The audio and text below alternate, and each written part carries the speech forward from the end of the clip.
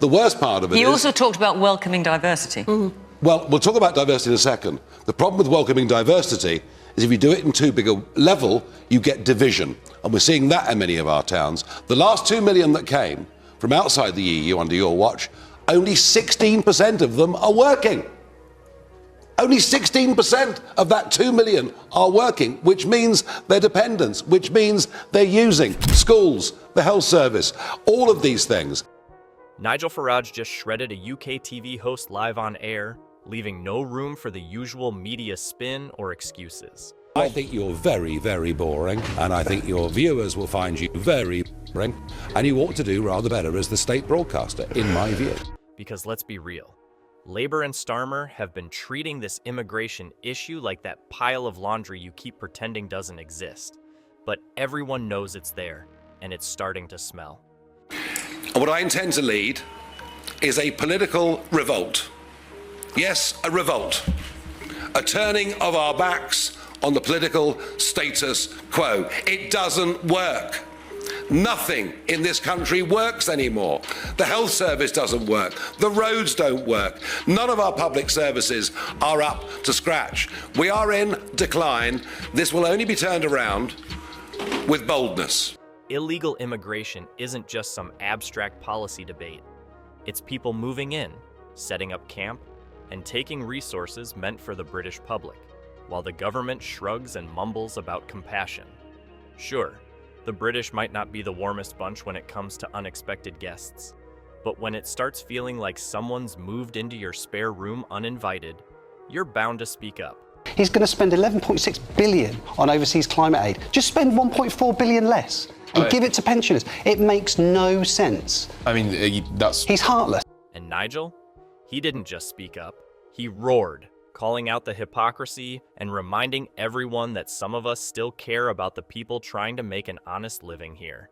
What's happening across the country is that the British people are realizing that there is now a real viable alternative to the same two old parties. For the first time in a century in the UK, we are seeing the stranglehold of the two old parties start to slip. We have effectively a three-way dead heat. And he kicked things off by ripping into Labour's immigration policies. And when I say ripped, I mean he tore them apart like they owed him money.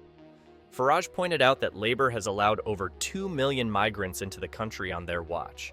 But here's the part that makes you do a double take. Only 16% of them are working. That selective immigration can be very good for diversity, very good for the economy, very good for all of those things. And you could argue that for decades, up until the early 2000s, it was working really well. But now, not only is it a catastrophe for people's way of life, not only does it deny them access to services, mass immigration is making...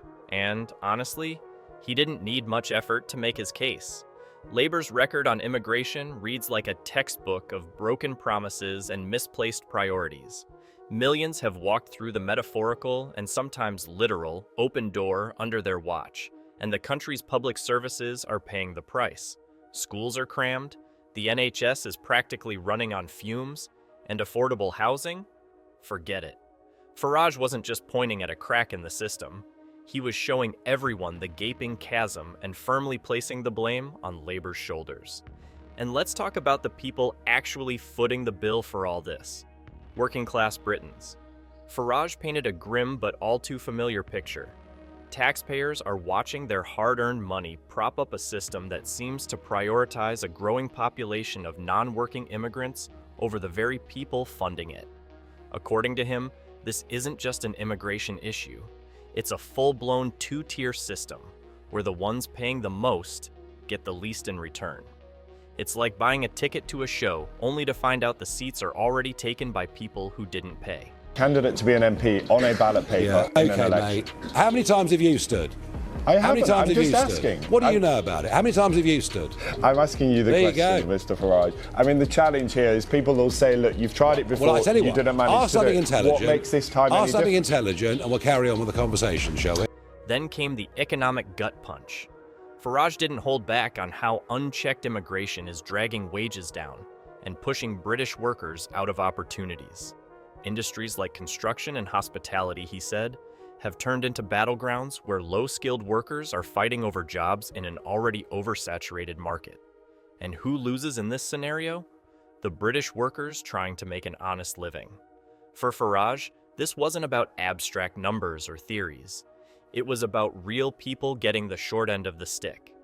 Labour's immigration policies, he argued, might look good in their glossy manifestos, but on the ground, they're leaving the working class in the dust. The host, clearly in panic mode, tried to change the narrative by trotting out the usual line about the benefits of diversity. Predictable, right? Farage was ready. Diversity, he shot back, only works when there's actual integration. We did an hour on it. We did an hour on it on this programme a couple of weeks ago on the fact that small and medium-sized enterprises are the backbone of our economy. A huge percentage of our economy is there. And we looked at how all the parties were addressing that. Without it, diversity stops being an asset and starts looking like division. He didn't just throw out vague theories. He brought up real-life examples of towns across the UK, where rapid demographic changes have led to social tensions and cultural clashes. Labour's open-door policy, he argued, hasn't brought communities together. It's torn them apart. And honestly, he made it sound like Labour's definition of unity is everyone politely ignoring the growing cracks. When the host tried a last-ditch effort by highlighting a few feel-good success stories about immigrant contributions, Farage was already locked and loaded. Sure, selective immigration can be great, he said. The key word being selective.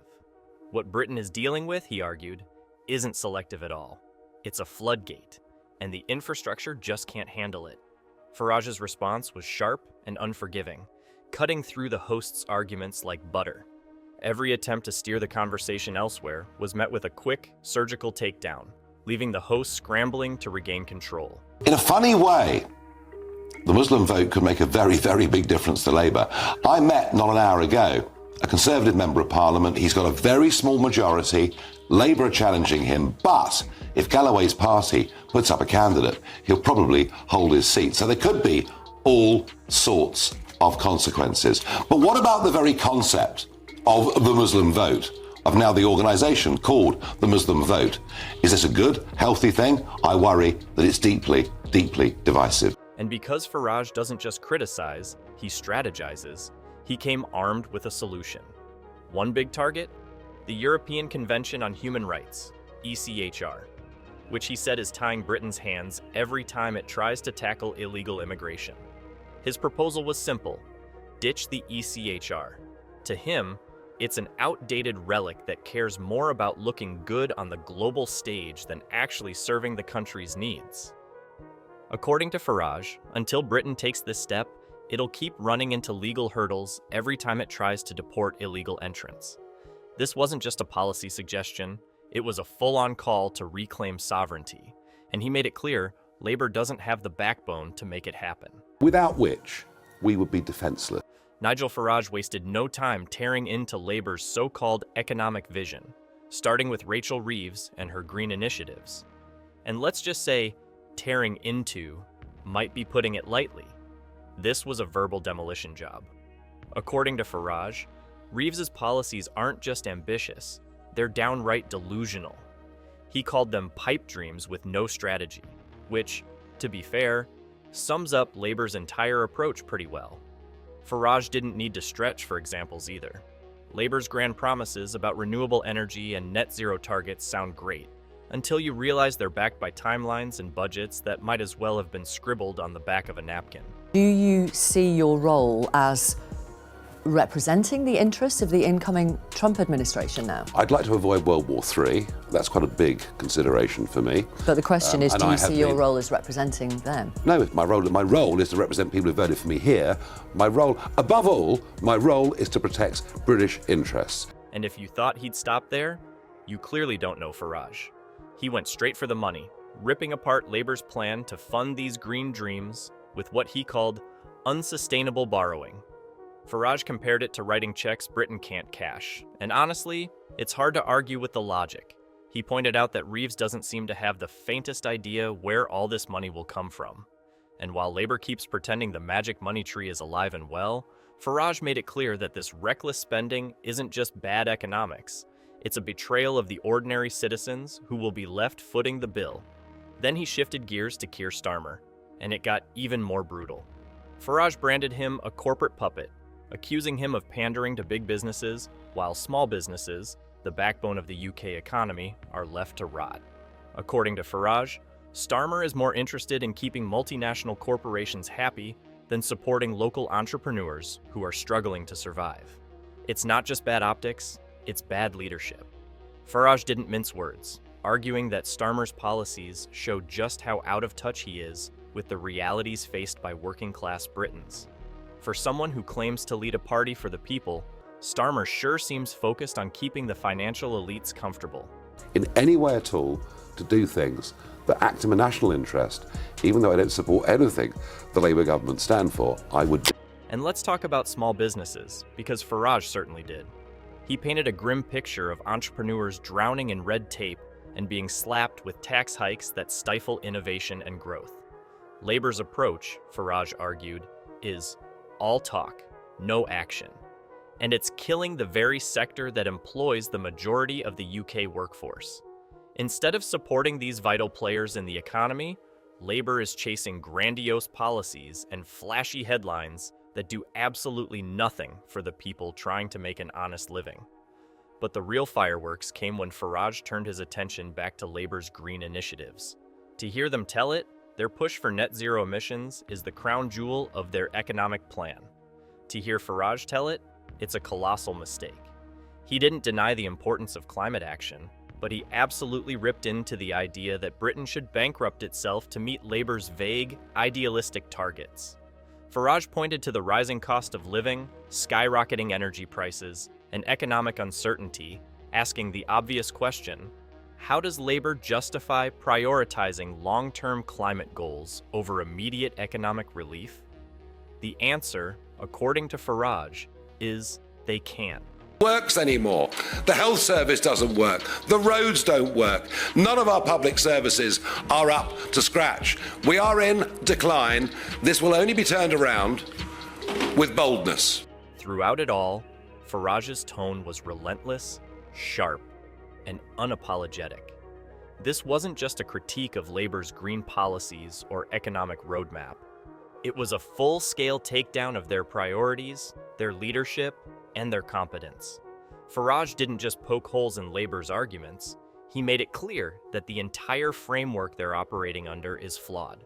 By the time he was finished, it wasn't just Rachel Reeves or Keir Starmer under fire, it was the entire Labour ideology.